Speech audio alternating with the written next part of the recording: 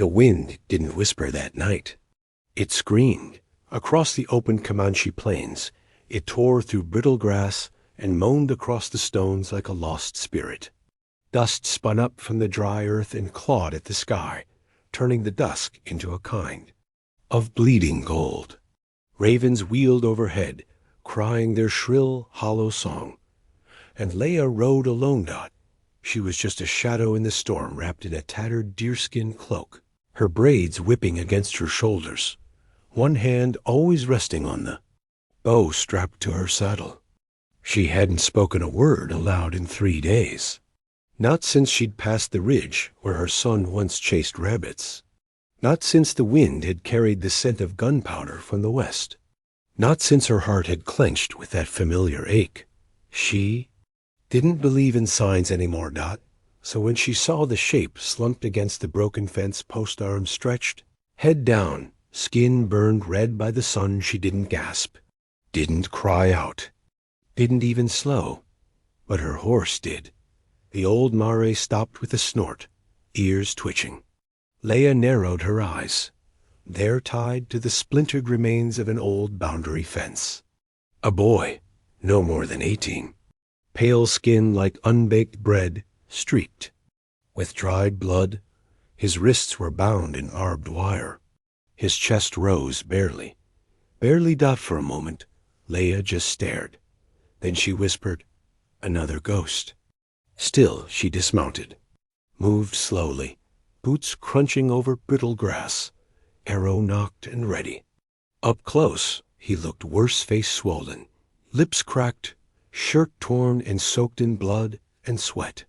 Flies buzzed around him, settling in the wounds. Kicked the fence post once. He didn't flinch. "Boy," she said, voice dry as sand. "Who did this to you?" No answer. She glanced over her shoulder. The wind had died. The land around them was empty. Her fingers hovered over the wire. She could walk away. He wasn't her blood. Not her tribe. Not her concern. She told herself, "This is not your story." But then his eyes opened. Just a slit. Faded green, like stormy water. He looked at her, and she saw it, the thing she hadn't seen in a long, long time. A plea. Silent. Final. With a sharp curse, she drew her knife. The barbed wire snapped with a twang, biting her hand. The boy collapsed forward like a bag of sticks. She caught him. He was too light, bones under skin. His breath rattled. "Damn you," she muttered, lifting him. It took effort to haul him onto her mare. She tied him down tight and climbed up behind. Then she turned east, toward the lonely rocks she called home. The boy didn't speak that night. He didn't eat. Didn't drink much. She set him by the fire on a pile of blankets, and he shivered like a beaten dog. When she tried to clean the wounds on his back, he jerked away, moaning through gritted teeth. "Quiet," she snapped. "I've seen men gutted like deer and smile through it." But her hands were gentler than her voice. She wiped the blood away, wrapped his ribs, and fed him spoonfuls of thin rabbit stew when his mouth could open. He winced at every bite, but he didn't fight it. She sat across from him that night, fire crackling low, eyes studying his face. Youth was still there beneath the bruises. He might have been handsome once. A rancher's son, maybe. Or a runaway. Someone who had trusted the wrong man. She didn't ask Dot. Instead, she told the flames, "The last boy I held like this had fever. My son. He coughed for 2 nights. Then the 3rd night, he just ... Dot stopped. The fire didn't answer, and neither did the boy. The next morning, he stirred. Leah was outside skinning a hare when she heard him groan. She entered the hut and saw his eyes open again, more alert now. Focused. "You're alive," she said flatly. He blinked. "Do you have a name?" Silence. She knelt beside him. "Speak." He licked his lips. Tried ... Nothing. Leah stood. "Fine. You'll be ghost until you remember." She walked to the hearth. poured water into a cup, and returned. He sipped it greedily, then choked. His breath came in shallow bursts. "You were left to die," she said. "That means someone feared what you knew. Or hated what you are." The boy looked away. She saw the movement in his shoulder. Pain, muscle memory. Like he was expecting to be hit. Leia reached for his shirt and pulled it down. The mark burned into his chest was crude, but she knew it. A ranch brand, double-hooked M. Her mouth tightened. "That's McCall's brand," she said. The boy twitched. She remembered the stories. The McCall Ranch, 3 days' ride west, ruled by a man with 5 sons and no law in his heart. They'd whipped Comanche boys for walking too close to the water trough. Hunted runaways like dogs. Hung 2 from cottonwood trees the year her husband died. This boy had been theirs. "You escaped," she murmured. "Or someone let you go. Either way, they wanted you dead." She stood, her silhouette framed in firelight. "You live now because I let you." The boy looked up, eyes wide. "You live," she said again, "because I do not bury boys anymore." Over the next 2 days, the boy healed slowly. She fed him, changed his dressings, taught him how to walk again. At first, he only grunted. Then one night, as she handed him a cup of water, he whispered a single word. "Why?" She paused, looked down at him. He hadn't spoken before, not even a moan of pain. But now his voice, barely a breath, hung heavy in the room. Leia knelt. "Why what?" He stared at the floor. "Why save me?" Her eyes narrowed. "Because," she said slowly, "no one saved mine." On the 5th morning, he followed her outside. He limped across the hard earth, squinting in the sun. She tossed him a small knife. He caught it badly, almost dropped. First lesson," she said. "Don't die again." His lips twitched. It was almost a smile. They sat by the fire again that night. He was eating jerky, with careful, chewed bites. His eyes were less hollow now, less afraid. "You can't be ghost forever," Leia said. He looked at her. "I'll give you a name." She studied the flames. "In Comanche, we name what a soul is, not what it was." She thought for a long while. Finally, she said, "Tohan. It means begins again." He blinked. Then nodded. Leia's single quotes as gaze drifted to the door. "Sleep well, Tohan," she said. But outside, the wind had changed again. This time it wasn't screaming. It was whispering secrets. And in the hills, torches moved like slow, glowing insects. Tohan's first real word had been, "Why?" But Leia knew the next would matter even more. That morning, he sat cross-legged on a woven mat, hands trembling as he tried to slice dried meat with the knife she'd given him. He looked like a colt learning to stand, muscles too long unused. The fire crackled, casting flickers of gold across the adobe walls of her one-room lodge. Leia crouched beside him, sharpening a second blade with practiced rhythm. "You hold it like a city boy. You're not trying to pet it.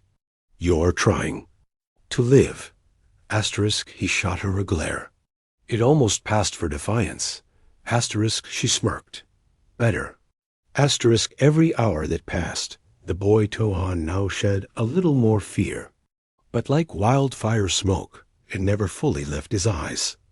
Over the next few days, their rhythm formed. Hunt, feed, rest, train.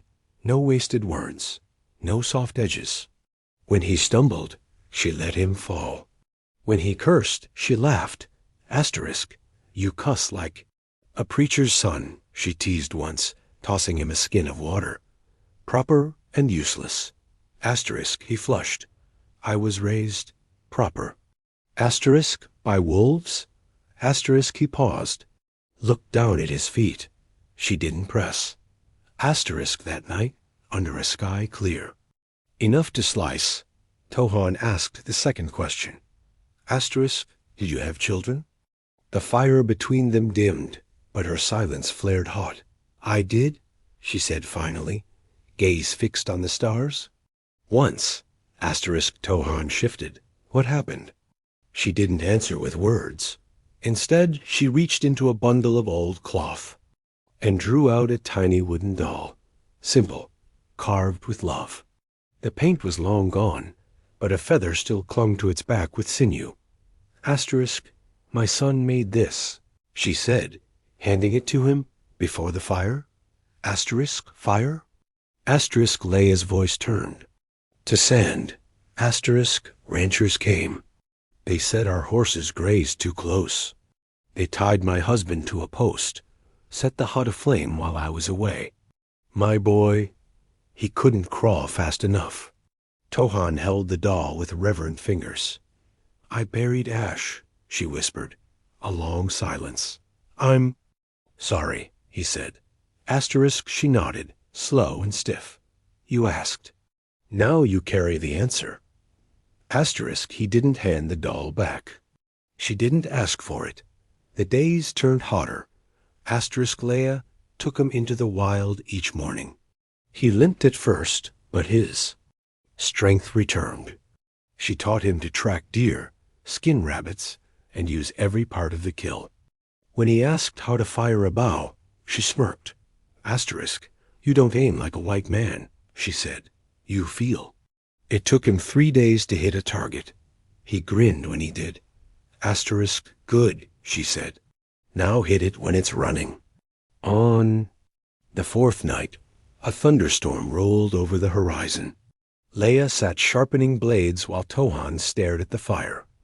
You gave me a name, he said. She didn't look up. You earned it. Asterisk, but why Tohan? She paused, letting the whetstone rest. In our tongue, it means begins again, not born again, not new, but after the breaking. Asterisk, he stared at the flames. Feels like I've been broken twice over. Asterisk, she chuckled dryly. Then you're halfway there. Later, as lightning forked through the clouds, Tohan dreamed. Asterisk, he was back at the fence, wire slicing his wrists, heat blistering his face, and above him a voice, harsh, cruel. One of the McCall brothers. Asterisk, no one's coming, rat. You? Die out here. Quiet, like your mama should have. Tohan jolted awake, breath ragged. Shirt-soaked Asterisk Leia sat by the door, awake, sharpening her blade again. He looked at her. I remember, he whispered. Asterisk, she didn't ask. She waited. Asterisk, my uncle. James said he'd take me in after Ma died. I thought he was kind. I worked for him. Cleaned his stables, fed his dogs. Then I overheard him talking to the mic calls. He swallowed. They paid him. Paid to get rid of me. Because I'm the son of Elon Parker, a rancher. Died mysteriously last winter. Leia's blade stopped mid-stroke. Tohan Parker, she murmured. Asterisk. I think my name was Eli. Eli Parker. But it never felt like mine. Not really. Asterisk, she watched him carefully. Asterisk. So who do you want to be? He looked up. Tohan, he said. He didn't die on that fence. 2 days later, they rode into the edge of a nearby town. She needed supplies. He needed boots that weren't falling apart. Asterisk, they kept to the shadows, wide hats low over their eyes. It wasn't the kind of town that asked questions, but it answered plenty without words, stares, murmurs. A Comanche woman with a white boy. Not a usual sight. Asterisk inside the general store. Tohan drifted toward the shelves while Leia haggled with the shopkeep. Then he froze. Asterisk, 3 men stood outside. Dusty coats, spurs that jingled. One with a scar across his nose. Another with a silver tooth. Asterisk, they were asking the stable boy something. Then they showed a drawing. Tohan's heart stopped. His face, scar and all. Leia was beside him in 2 seconds. "We're leaving," she said. He didn't argue. They rode hard that night, torchlight flickering behind them in the far hills. The bounty hunters hadn't seen them yet, but it wouldn't be long. Back at their camp, Tohan paced. "They're looking for me. Still, after all this time?" Leia nodded. "Because you lived." He clenched his fists. "I should have stayed." "Gone. I put you in danger." "No." Her voice cracked like flint. "They put themselves in danger coming after what's mine." He stared at her. She stepped closer. "You may have been born Eli Parker, but Tohan is my son now. They want you, they go through me." Later, as the fire hissed under a sudden rain, Tohan knelt beside her. "I want to learn to fight." She looked him over, saw the strength in his arms now, the steadiness in his breath. "You already are." The next morning they trained. She taught him knife work fast, cool, efficient. She showed him how to load a rifle blindfolded, how to set traps using rocks and cacti. Every bruise he earned was worn like a badge. He stopped flinching, stopped looking over his shoulder, and sometimes, when the wind carried no scent of riders, he even laughed. Once, he tossed a stone that caught her square in the leg. "Beginner's luck." He smirked. She growled, then tackled him to the ground, both of them breathless with rough joy. "I'll make a Comanche of you yet," she said. "I thought I already was." But the wind never stayed still. That night, a hawk feather blew through the lodge door and landed near the fire. Leia stared at it for a long time, then whispered, "The wind remembers." Tohan found her sitting on the ridge as stars bled into morning. He sat beside her. "They're coming, aren't they?" She didn't answer. Instead, she handed him a fresh leather string. Tied to it was a small wooden carving, the doll, the one her son made. "I want you to carry him," she said, "so neither of you are forgotten." He held it tight. When dawn broke, the horizon was already burning with riders. And Tohan? He didn't run. The sky bled red dot from the rise above the valley. Leia and Tohan saw them. 5 riders, moving with that cruel confidence only bounty hunters wore. Dust trailed behind their horses like smoke from a dying fire. Their rifles glinted in the morning light. The man leading them had a silver tooth that caught the sun like a blade. Tohan knelt beside Leia. "They're riding hard." She nodded, not taking her eyes off them. "How many hours?" 2. If they stop to water. 1 if they smell blood. Tohan looked down the slope. The lodge couldn't be defended, not with just 2 people, and not against men trained to kill and drag bodies back for coin. "What do we do?" "We give them hell," she said. They dismantled the lodge before noon. Leia buried what little remained of her past, a tiny feather doll, a handful of her husband's beads, and a blackened wedding pendant she hadn't worn in years. Then she and Tohan moved east, toward the narrow canyon walls, where the wind howled but bullets strayed wide. The Comanche had once hunted in those rocks. She remembered the paths. Tohan followed, now armed with a bow slung across his back, a rifle they'd taken from a poacher weeks before, and 2 blades strapped to his side. He wasn't limping anymore. They reached the canyon mouth by dusk, rushed between the walls like breath through clenched teeth. Shadows ran long over the ridges. Tohan stared at the rock formations rising around them. "This is where we make our stand?" She grinned. "You sound scared." He smirked. "I'm 18. I'd be crazy not to be. Then you're ready." They laid traps as night fell. Leia scattered caltrops across the narrow path, hidden beneath dust and leaves. Tohan tied thin tripwires between thornbrush, rigged to a small dynamite stick they'd found buried in a scavenged wagon weeks ago. At the cliff edge, they dug in a shallow trench behind a line of rocks. The last line dot by midnight, the stars blinked. Down cold and sharp, Tohan sat beside her, rifle across his knees. "Why do you fight for me?" He asked Dot. She didn't answer at first. Dot then. Slowly, she turned toward him. "I didn't save my own blood," she said, "but I can damn well protect yours." Dawn came like a blade to the throat. Hoofbeats echoed across stone. The first two. Riders entered the canyon at full gallop. One cursed as his horse stumbled over caltrops, screeched, and crashed sideways. A man flew from the saddle, hit a rock, and didn't move again. The second ducked instinctively, just in time for Tohan's arrow to slice past his neck and bury in the tree behind. The others dismounted fast. Silvertooth barked orders. "Fan! Out!" Leia's rifle cracked. One man screamed, clutching his leg. Tohan's blood roared. His breath was ice. His hand steadied Dot. He was no longer tied to a fence. The shootout lasted less than 20 minutes. When the dust settled, 2 hunters lay still in the canyon's throat. One had crawled behind a boulder, only to trip the wire.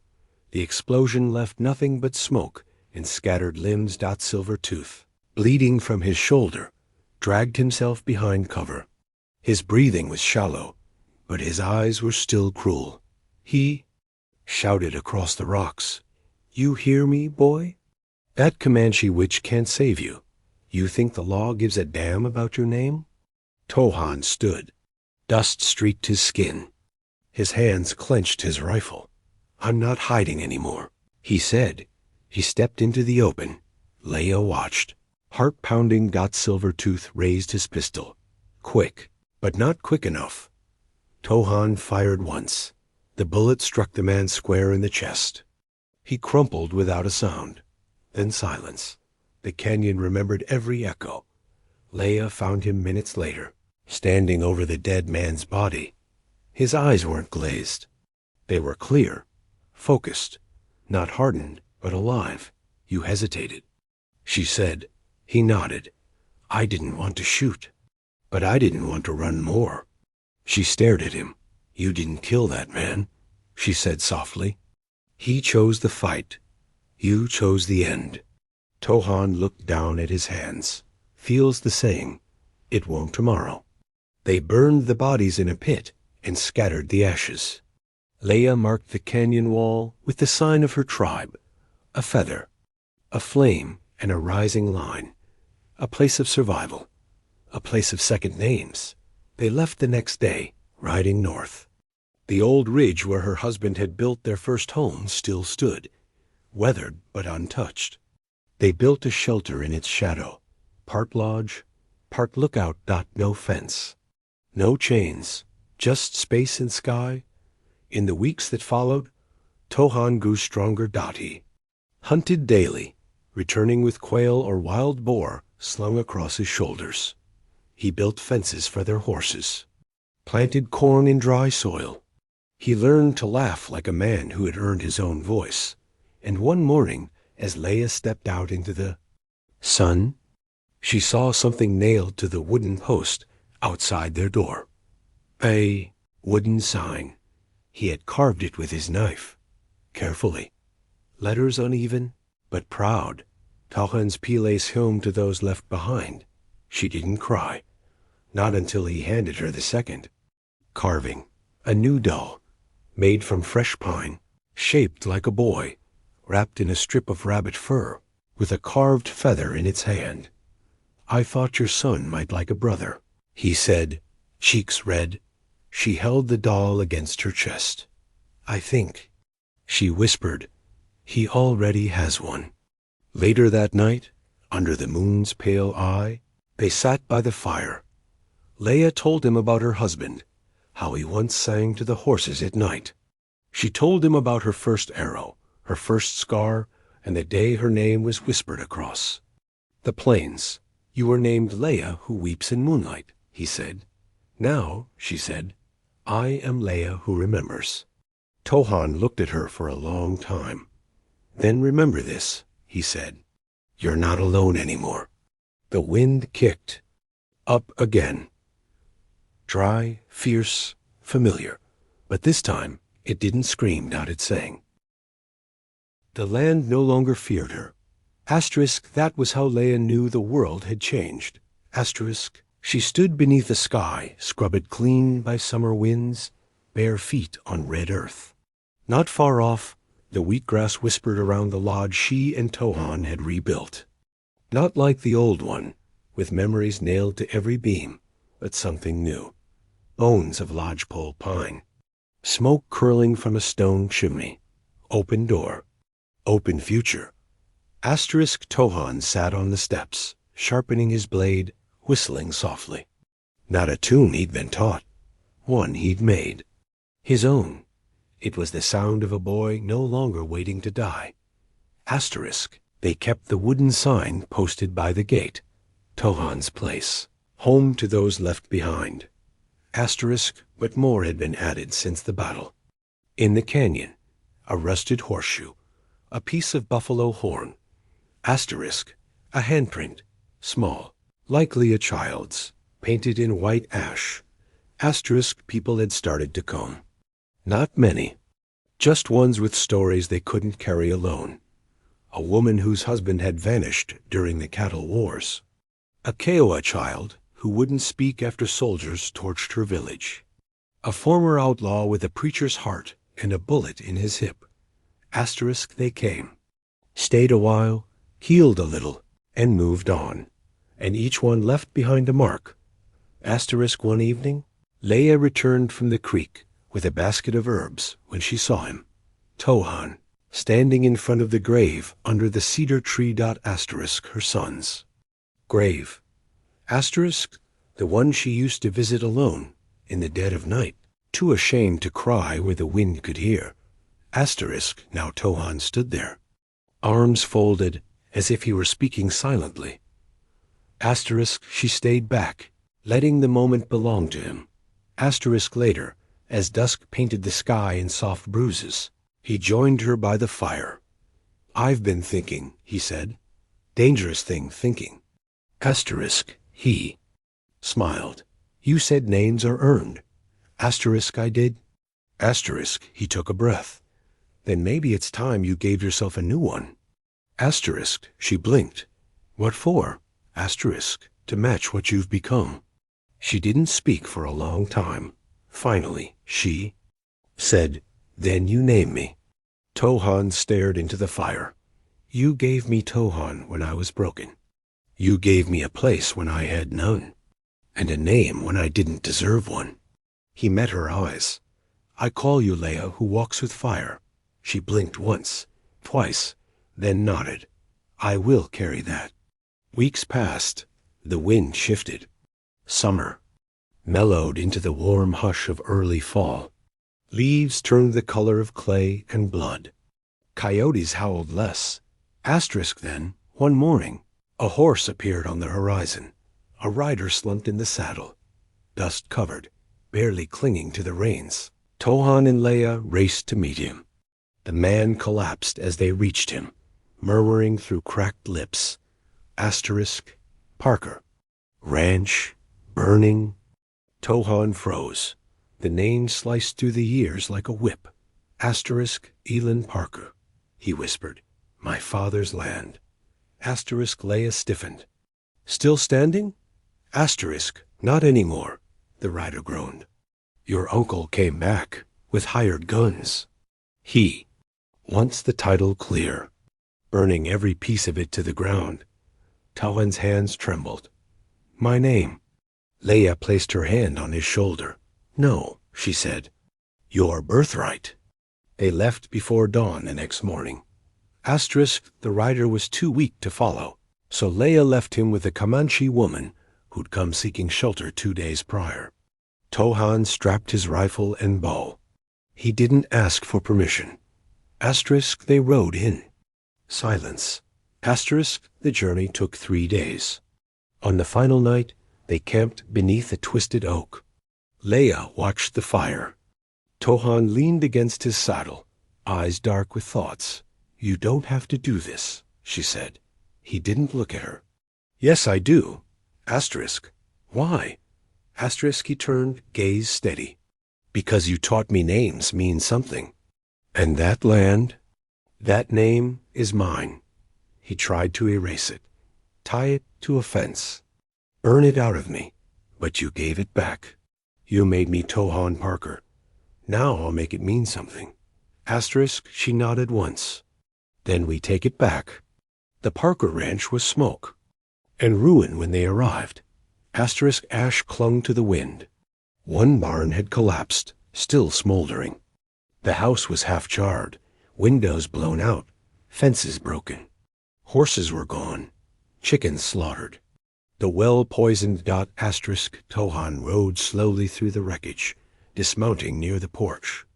Leia followed. "Asterisk, I used to sleep there," he whispered, pointing at a blackened corner. "Used to read by that window. Ma always said the land was ours, even when we were poor." Footsteps, boots, voices. A group of men emerged from behind the barn, 6 total, all armed. And leading them, dressed in a clean duster with a silver star pinned to the chest, was James Parker, his uncle, older now, fatter, but his eyes were still mean, and his smirk still arrogant. Asterisk. "Well," James said, "if it ain't the boy who wouldn't die." Tohan didn't flinch. "You tried to burn me out," he said. "Now I've come to burn your memory." Asterisk, James chuckled. "You came with an old squaw and a rusty rifle? Thought I taught you better." Leia stepped forward. "Your mistake," she said calmly, "was leaving him alive." Asterisk, James laughed. "You got no proof this land is yours. I got the deeds." Asterisk, "I got the blood," Tohan said. "And you got 6 graves to dig." What followed was fast. Asterisk, Leia's arrow caught the first gunman before he drew. Tohan rolled, fired twice, one in the shoulder, one in the gut. Chaos exploded. James ducked behind a post, barking orders. Leia and Tohan moved like smoke. And thunder, efficient, merciless. At one point, she slid a blade across a man's thigh and whispered in his ear, "Run or die here." He ran. Only James remained. Tohan cornered him in the smoke. "You tried to kill me because you thought I was weak," he said, "but I'm stronger than you ever were." Asterisk, James spat, raised his pistol.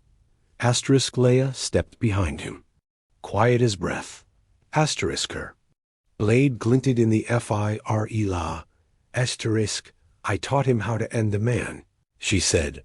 James froze, then dropped his gun. Asterisk, Tohan stepped forward, took the pistol, and aimed it at the ground. Asterisk, "You're going to walk away," he said. "With nothing. Not this land. Not your name." Asterisk, James scoffed. "What's to stop me from coming back?" Tohan smiled. "Me." They left him in the dust. The ranch didn't rise overnight, but over the next weeks, Tohan rebuilt it. Board by board, stone by stone. He renamed it, Greater Than Red Wind Ranch, owned and watched over by Tohan Parker and Leia, who walks with fire. At night, they sat under the stars. Leia spoke to the wind as she used to, but now the wind answered. Asterisk, and sometimes when she said his name, Tohan, she could feel the land shift, as if the earth itself had decided the boy belonged. Final narration. Direct address. Asterisk, out in the Wild West, names were carved harder than gravestones. You didn't get one until you bled for it, until someone tried to take it from you, or until someone gave you one and dared the world to say otherwise. Asterisk, he was tied to a fence once, nameless, broken. But one woman gave him more than freedom. She gave him something no outlaw, no uncle, no bullet could take away. Asterisk, she gave him a name. And a place. Closing call to action. Asterisk, if this story moved you, don't forget to like, subscribe, and share your thoughts in the comments. Because sometimes the only thing stronger than a bullet is a name spoken with love. Asterisk.